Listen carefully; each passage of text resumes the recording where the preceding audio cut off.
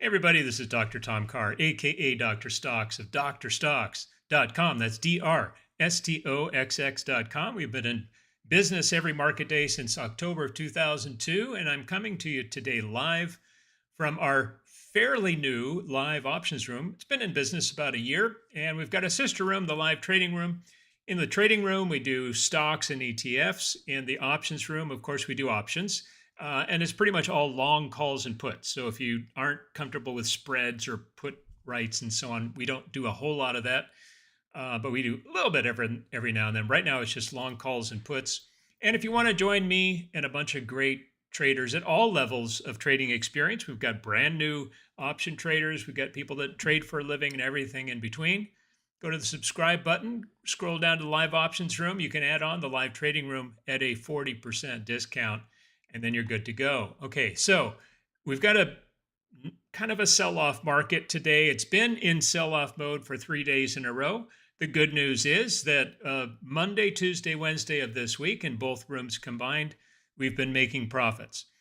Partly because some of our metal plays bounced back, and partly because we had on some what we might call safe haven plays, parts of the market where we're actually getting inflows, we're getting pumped up, and we had a few really nice trades that hit targets in both rooms, and that has kept us afloat. Made good profits Monday, good profits Tuesday, squeaked out a little bit of a profit yesterday, but I'm afraid we're kind of paying the price today. So I got us back into some metal trades. Those turned out to be not so good as metals just kept falling. We tried to put on a little bit of some of the tech, and that didn't work either. But we did put some profits into the bank. We also hit a profit target in 2 trades, 1 in each room. And so while we are down today, it's not that much, and we're still green on the week, and that's all that really matters, right? The overall equity curve going higher over time. So let me do a little bit of works here. I need to pad out my greens list. I've got very few stocks that I'm interested in buying right now because a lot of our favorite stocks, a lot of our favorite sectors, a lot of the tech groups aren't doing all that well. So here's my task, and I'm going to do this with you all. And that is, we're going to get into the market. We're going to do some scanning. We're going to do some chart watching, and we're going to find those pockets of actual strength. Especially, they're going to stand out today because it's a mostly red day. But we'll find those pockets of actual strength and see if we can find some charts that are nicely set up for us to buy for the rest of the day, if we do. Now, let's get back, do a little bit of chart work before we do that on the indexes. I've got here the SPY, S&P 500, and here's the thing: you're going to see this in both the S&P and the NASDAQ, and that is we are in a period of what we would call price exploration. Price exploration is where the highs get a little higher, the lows get a little lower, and you get this megaphone pattern. Typically, the megaphone pattern is more symmetrical, so the angle going up on the new highs roughly equals the angle of the new lows going down. We're not quite there with this pattern, although maybe I don't have that top line where it should be. Maybe that is the megaphone right there. But in any case, we typically see megaphone patterns show up either at the top of uptrends, as here, or the bottom of downtrends, not this case, but the top of uptrends. And it can represent one of 2 things. Either the market is starting to change change the macro picture, change the sentiment, change the sense of what the next leg is going to be. And so there's a lot of indecision out there, right? Just a few days ago, we were up at all-time highs. A few days later, we're down at multi-week lows, and that's indecision. It's the market trying to work out the equilibrium between the bullish sentiment and the bearish sentiment. And usually what happens when these megaphone patterns appear, they can either be a pause before the next leg higher, or they can be a pause before a leg lower. Now, in some cases, and I think this is probably what we're going to be seeing over the next few weeks of the market, in some cases, they start to carve out a trading range. So the new highs we saw a couple of weeks ago, or a few days ago rather, and the lows that we're setting this week they tend to mark uh, a resistance level and a support level going forward for the next few weeks. So that's maybe more likely what we're going to see.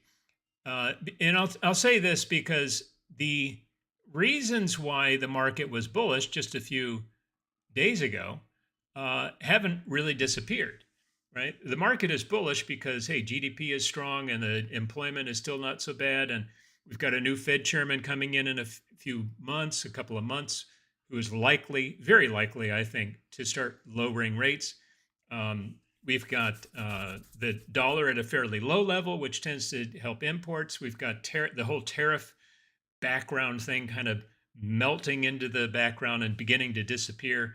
And so, and companies that have been reporting earnings are reporting historical records of revenue, historical records of earnings, and they've all, I shouldn't say they all, but they have on average been outperforming the expectations.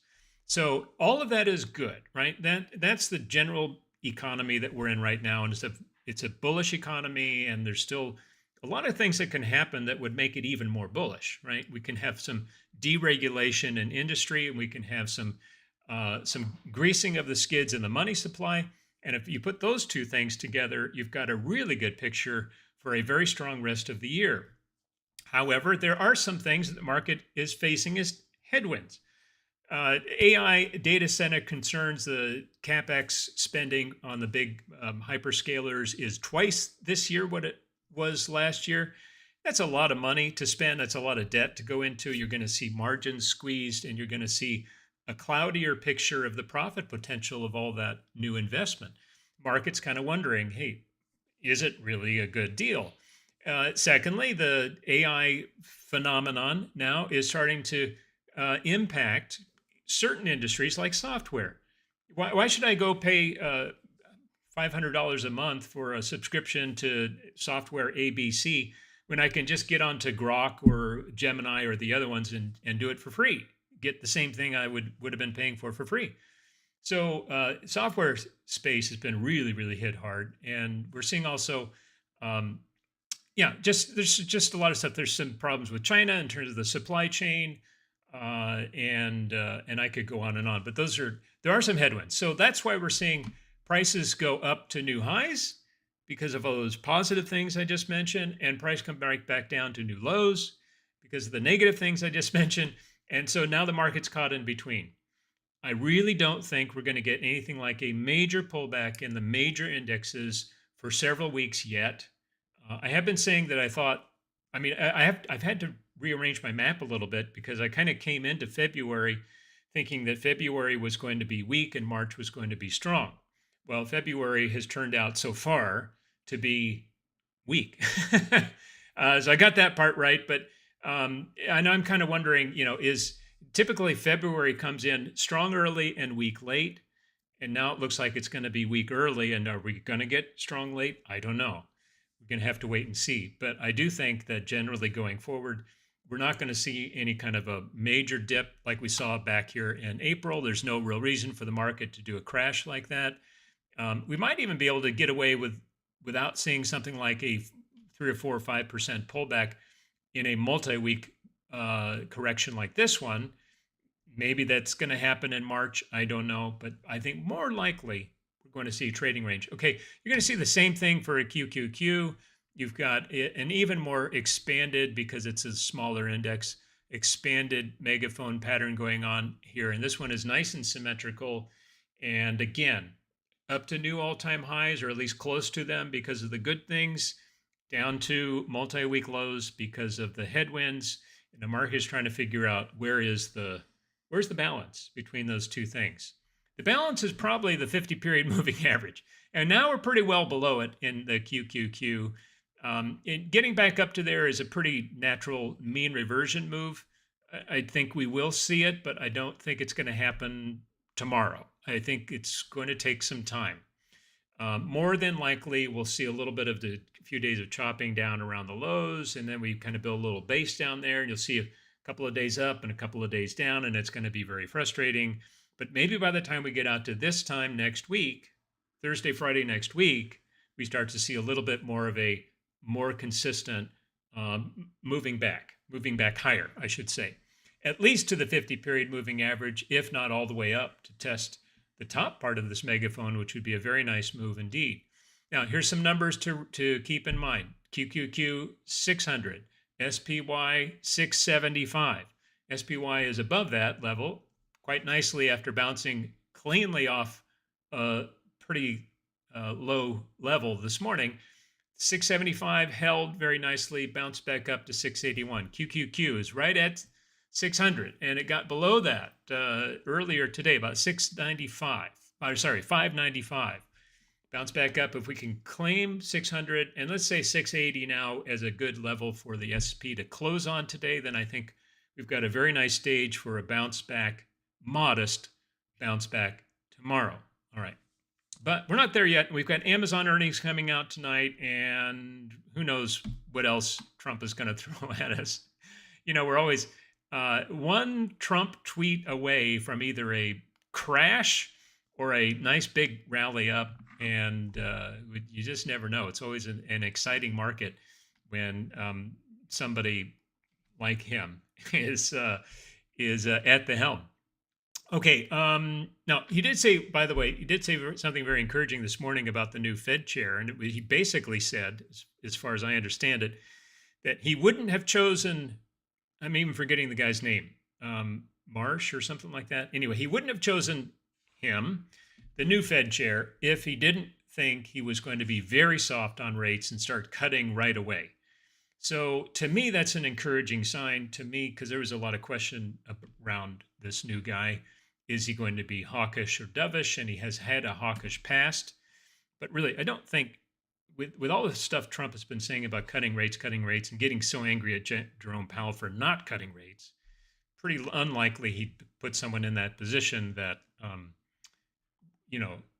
would be more likely to keep rates where they were or even raise rates. That's not going to happen. All right. The small cap index, the Dow Jones index, these are the two indexes that if you want to buy them, you can, as far as I'm concerned. Both are in pretty good shape here for at least stability, if not a good leg higher. So the Dow Jones Industrials is always a good safe haven index when the market gets a little bit volatile. And when you start seeing tech sectors, especially, because those are the biggest stocks in the Dow 30. The Dow 30 is a balanced index, not weighted like the others. But it doesn't just have tech. It's also got drug makers and industrials and insurance and energy and so on.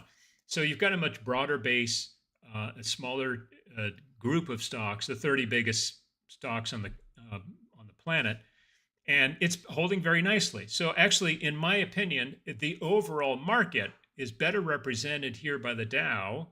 And look how bullish the Dow is, right? Look at all this volume coming in. Big green sticks, more green sticks than red sticks. Yeah, there are a few little distribution days in there, and there's a lot of intraday volatility going on for sure. But overall, well above the 50, nice uptrend, well off the lows, not testing recent lows at all. And yeah, we're long. We are long. Or no, I'm sorry. We got stopped out with a profit stop on. We were in some micro E-minis for the Dow, but I think we might jump back into this because it looks pretty good. The small cap index has been weak, and it's been it was outperforming, right? Hit all-time highs a few days ago, and then it's done this sort of ABC pullback into the rising 50 period moving average, and that in and of itself is a bullish setup. Now, what it's not giving us yet it's not giving us yet a buy signal. We don't have a buy signal on the small cap index, but we do have a bullish setup, right? So the QQQ, the SPY, not a bullish setup, not yet. I think that we're going to see the lows set pretty well today, and from now going forward the next couple of weeks, we should see prices mostly stay above them, but it's not giving us a bullish setup. We have a very bullish setup in the Dow, and we have a developing bullish setup in the small cap index. And what we really want to see is a hold above today's low, which is the lowest low of several weeks. And we want to see a green candle, and we want to see bigger volume than the day before. Today's volume so far is light, it's under average, and it would be a nice setup for tomorrow to come maybe near to the 50, test it, bounce back up cleanly, give us a green candle, and give us good volume bigger than today. That would be the buy signal that I'm looking for, and we can get into some IWM calls or TNA calls, something like that. All right, now let me show you my greens list real quick. And there aren't many stocks on here. There's 6 or 7, 7 or 8.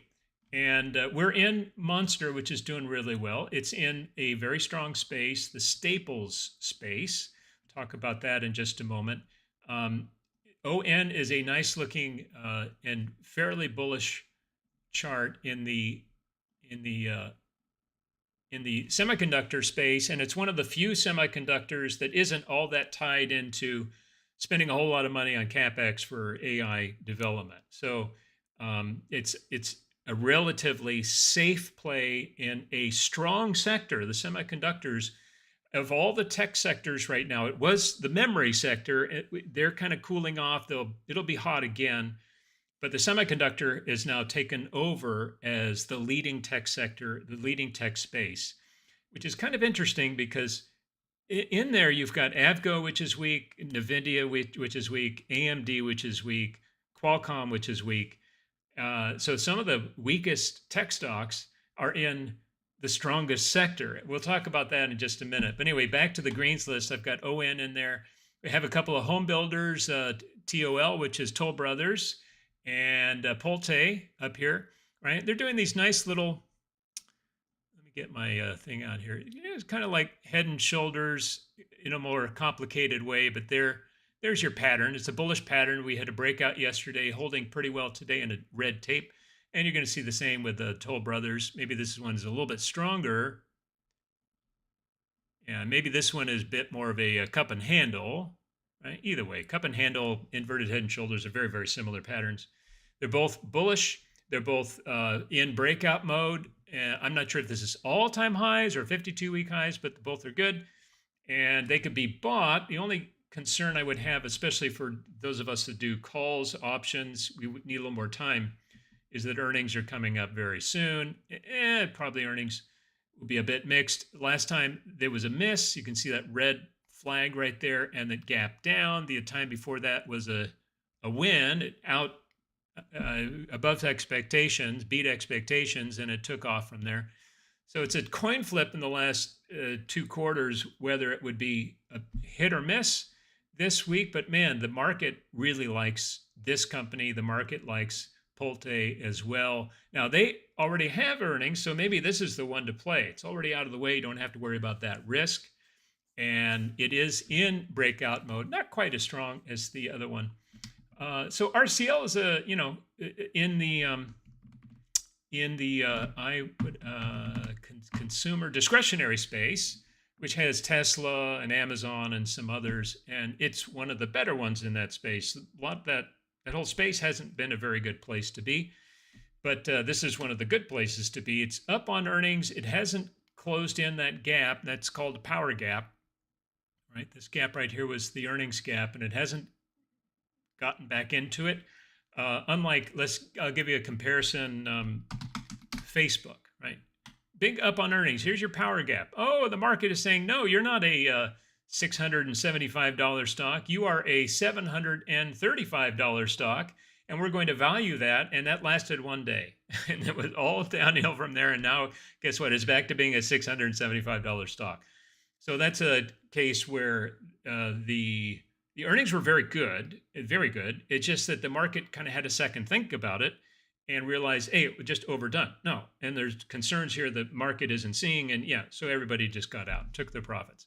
So that's what you don't want. You don't want to see that after an earnings report.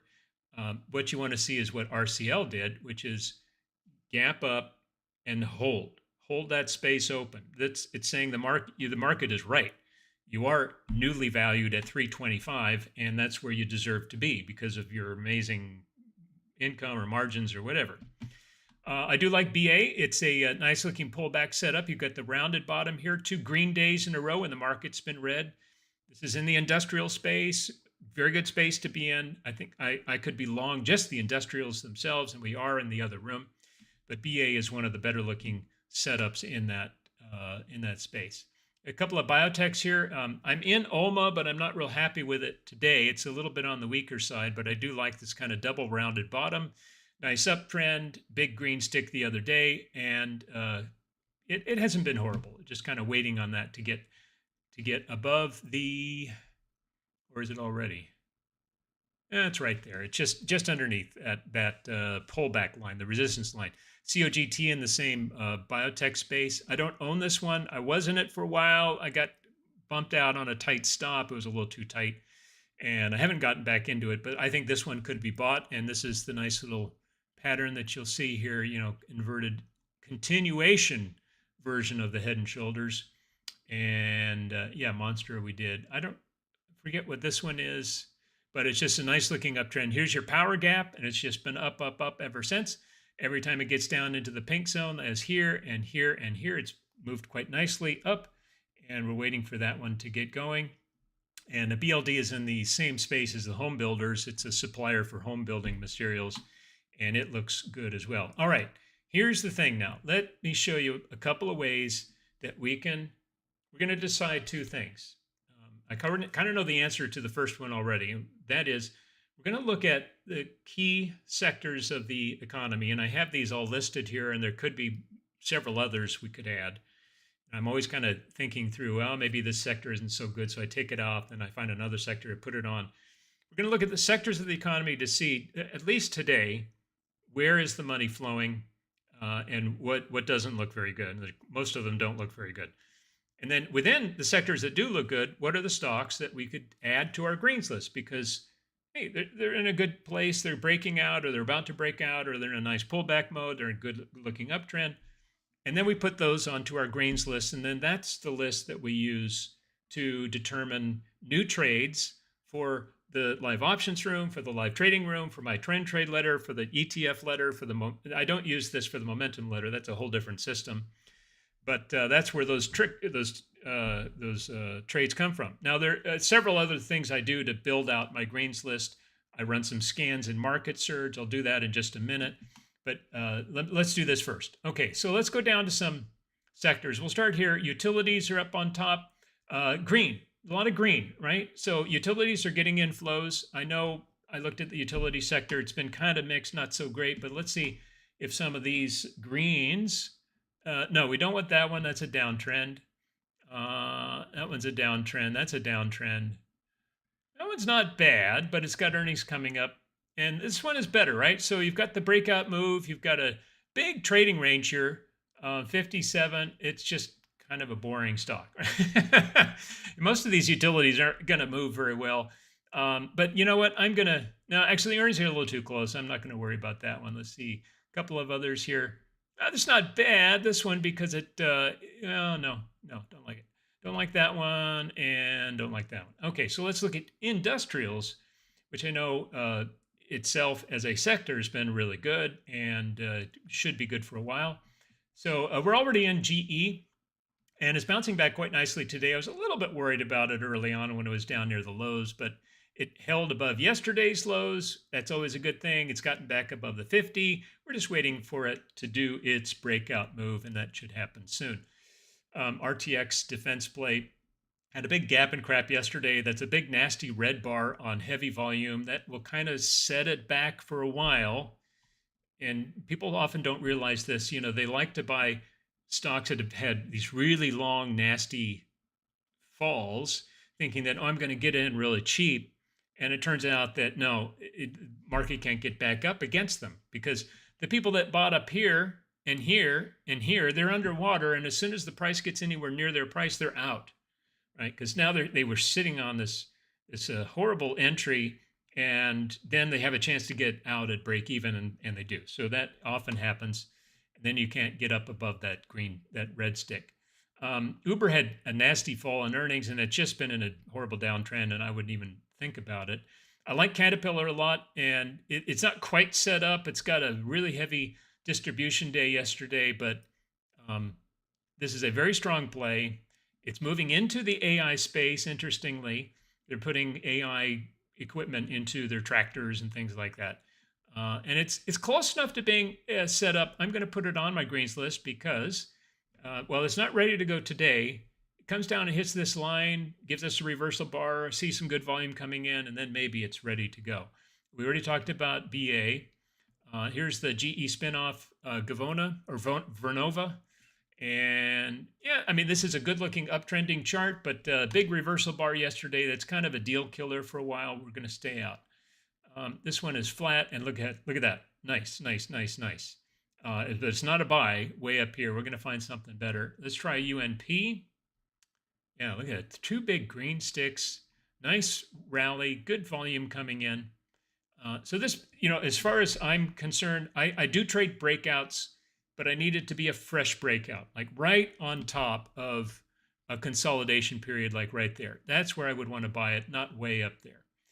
All right, but XLI, put it in your memory that the industrials are a good space to be in, and so there are these are the top 10 or the top 8 to 10 stocks in that XLI ETF.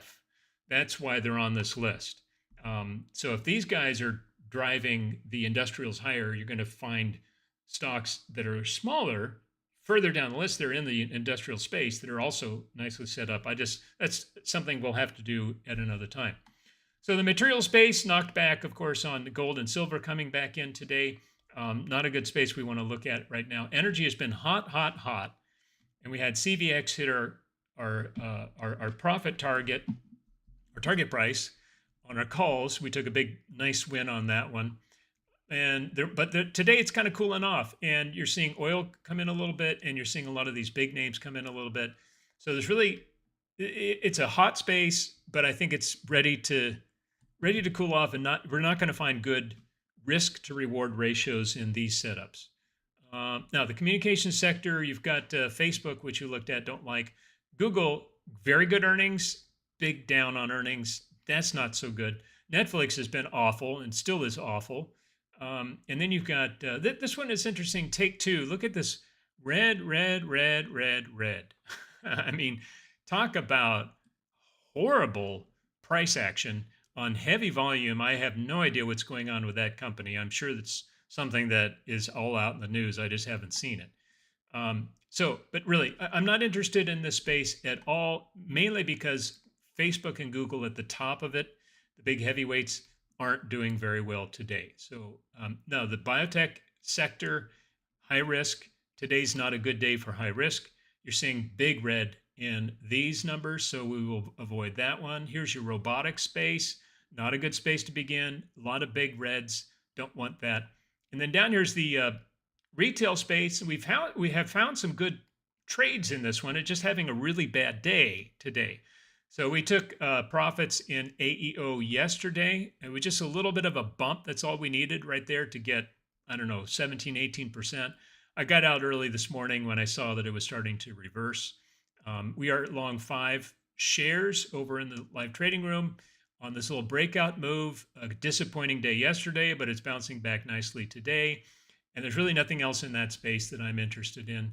Let's go down to the staples space, which has been a real moneymaker for us. We hit our target in XLP calls in the options room. We hit our target and then some in shares of Walmart in the live trading room. And then we're still in calls of Monster, which is doing just fine. On a horrible day today, it's green.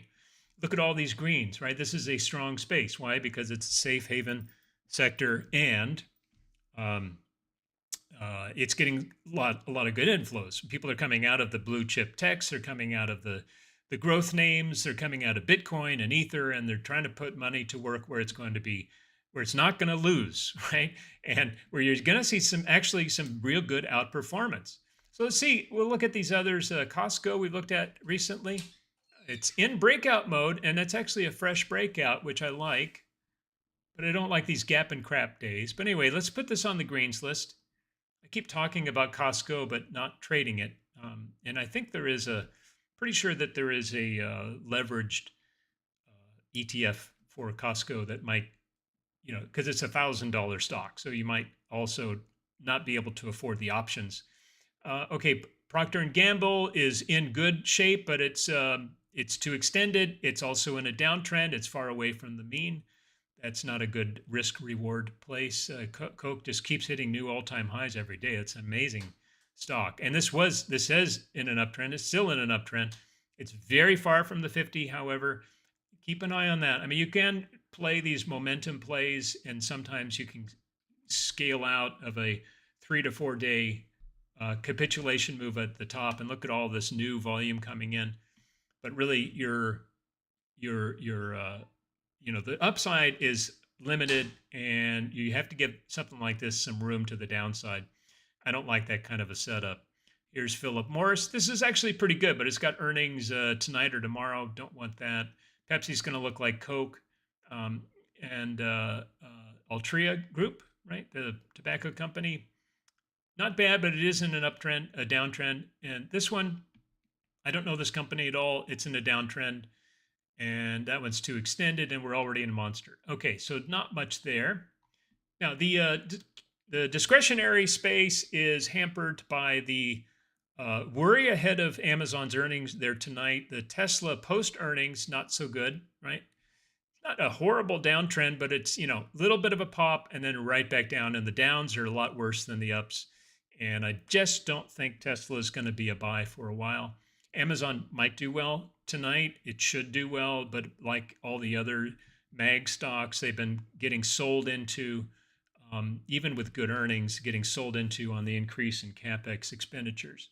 Home Depot was really hot yesterday, and yeah, I'm going to put this. No, I'm not, because the downtrending chart kind of puts me off. But this is in the same homey space as a kind of a supplier, right? And it's a good-looking cup and handle, so maybe this is a bottoming pattern, ready to service those home builders that are starting to tick up quite nicely, as we saw. Yeah, so this is good. I'm going to put this on my list just to watch it, but I don't think I'll be getting in. Here's McDonald's. This is a nice, also fresh breakout yesterday. Would have been a better entry than today, but let's put this on the list anyway because we don't have many on the list. And while we're not going to buy it today, maybe this pulls back in on an intraday basis and gives us a better entry. TJ Maxx, I know, is a great stock. I have my Trend Trade Letter members in this one on this nice little dip down here. A mean reversion back up to the 50. Low is just like Home Depot. Home Depot is better. We're long Starbucks actually over in the live trading room. We got in it down here on the little tag of the 50, the midline of the LRC, and then a reversal day, the day before. Big green upstick, which I didn't expect at all, but it was nice to see. And now holding near the highs today. So that's been a nice trade for us. We looked at RCL. Orly, I think, has earnings. Oh, it's down on earnings. We don't want that. And Nike is, just ugly. Okay. So here's the healthcare sector, which is a good safe haven play. Not just biotechs, but the big drug makers, the insurers, the hospital owners, the policy makers like UNH. UNH, of course, is just awful, but there are some good plays in here. Lilly is down. It was up on earnings yesterday. It's down on some Wegovy news, the cheap competitor coming from Hims. And you just have to avoid that one. But something like J&J, it's been really nice. Now, down here's where you want to buy it, 220, not up here at 237. So we'll wait and see if that one can kind of cool off a little bit. Looking for a good-looking entry for us. And that one's fairly new breakout, but still a bit extended. That one's ugly. That one's really ugly. This one is ugly. Amgen. All right, so Amgen's up on earnings, and here is your breakout right there. It was just fresh from yesterday. And yeah, but this, this is the kind of thing that will probably put a ceiling on upward price movement for a few days. So it's going to have to come down here, maybe get down to 360 and build a little base. And then a week from now, we can look at it again, but I'm not going to put that on the list. Here are your home builders. It's a mixed group today, but seeing some greens in there. We did look at a few of those. Here's your another strong sector, and it's really about the only strong tech sector these days, and that's the semiconductors. So we are long SOXL in the other trading room. My entry wasn't that great, but it's doing fine, generally speaking, given the market. NVDA is weak heading into earnings, but I suspect down here at price support in the pink zone near the 200 period moving average, that's probably about as far down as it's going to go before it gets to earnings. All bets are off on earnings. TSM, TSM actually is good. So this is the kind of chart I like. Let's get rid of that line right there. We have a nice uptrend. We have a pullback, bounce back, and then this is like an ABC pullback down here to near the midline. And if we can find a dominant trend line that lines up with the current low, that might give us a winner. Let's see. Here's a pivot low. There's some pivot lows. Yeah, we're not quite there yet. Okay. But it is one of the better looking charts in today's market. And I have it. I guess I already have it, or I just put it on my list. Avgo, I know, is not doing very well. It is catching at the 200, but it's been pretty weak, and now it's underneath a bunch of support. AMD, I was very tempted yesterday to at least nibble down here at 200 because that is a very strong line in the sand, and now it's getting back into that opening power gap from earnings. You don't want to see that. It's really going to have to trap the bears, rise back up above 200 on good volume, and stay there before I'm interested in a long. LRCX is very good, very strong, and I like this one. We're going to mark this one. It's up, up, up, new all-time highs. A couple of big red days down. That's not what you want to see. It could take a little while to get back on track, but it's worth watching on the list. Micron, of course, in the memory space, also the same story. Huge upside, and earnings were good. It's been all up ever since.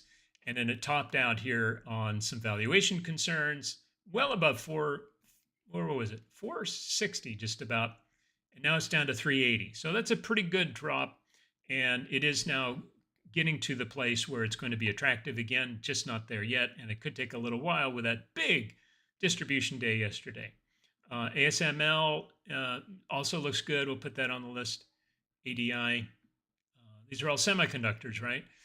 ADI is a little too close to earnings. Qualcomm is ugly, big ugly on earnings. And here's Clack. All right. Now, that's not actually bad. Earnings are already out. Earnings were a disappointment, however, and that gap down off of an all-time high and then follow through after earnings, not a good look. So we'll leave that one aside. All right, guys, I'm out of time. So I'm going to let you go. I will produce the link of this. We'll put a link in both trading rooms, and then we've got Power Hour coming up. So let's see what we can do in the last hour. Have to give a look at some of the intraday charts to see where the flows are moving and whether the indexes have stopped their downtrend. God bless everybody. See you back in the room in just a little bit. Bye for now.